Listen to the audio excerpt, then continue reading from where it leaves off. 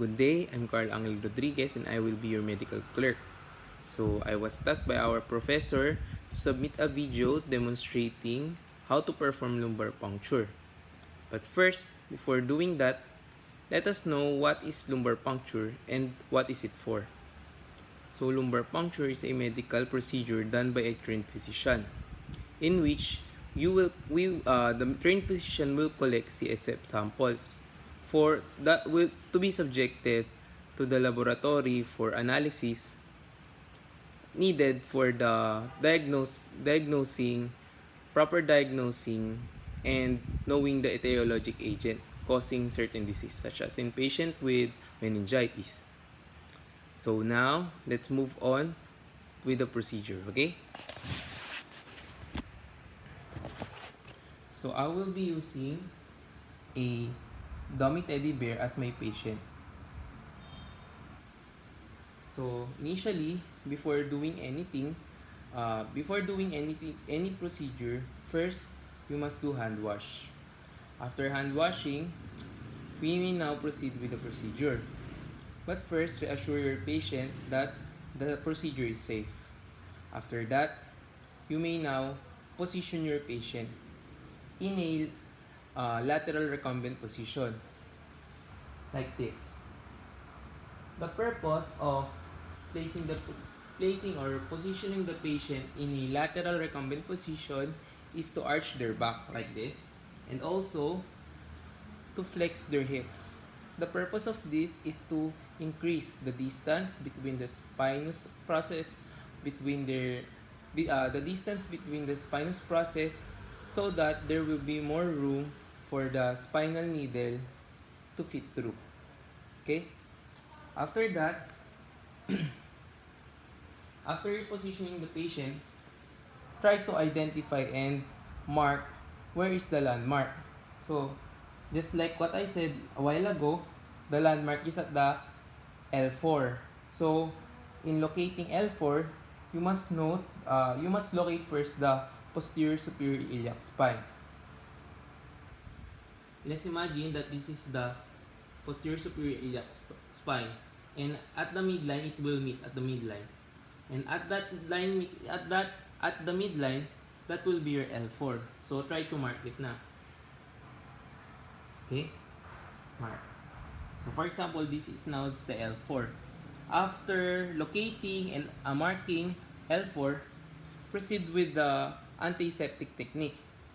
In doing antiseptic technique, using a antiseptic solution, clean the area in a inner to outer manner like this.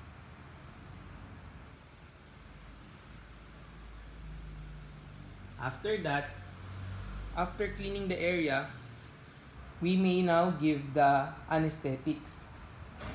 These anesthetics will help in the procedure so that the patient won't feel the pain. So, inject now or administer now the anesthetic. After that, let the anesthesia take effect. While doing that, prepare your materials. The barometer will be used and the tubes that you will use to collect. After that, place now the drape. I will use this paper as my drape. This drape will help you to give more sterile area. So after that, you may now insert the spinal needle. Okay. Inserting spinal needle, make sure you are in the right marker. Okay. Okay. As you insert the spinal needle, you will feel an elastic feeling, which is this means that you are poking now the ligaments. So it is okay. Make sure you easily penetrate the ligament. So when you penetrate that, make sure you are in the right mark, right area. After that, try to remove the stylet. Try to remove the stylet in or out.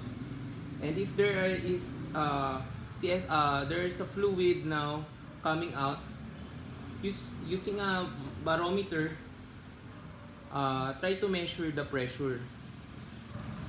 This barometer has a three-way valve on the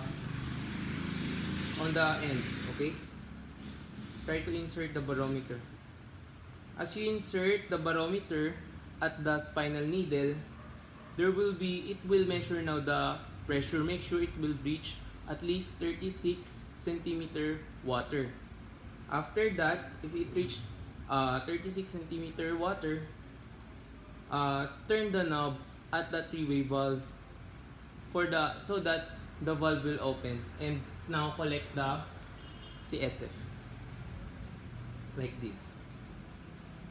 Okay, after collecting enough sample for CSF analysis, of course, close the lid for the CSF tube, then remove the barometer with three-way valve, and of course, remove the needle.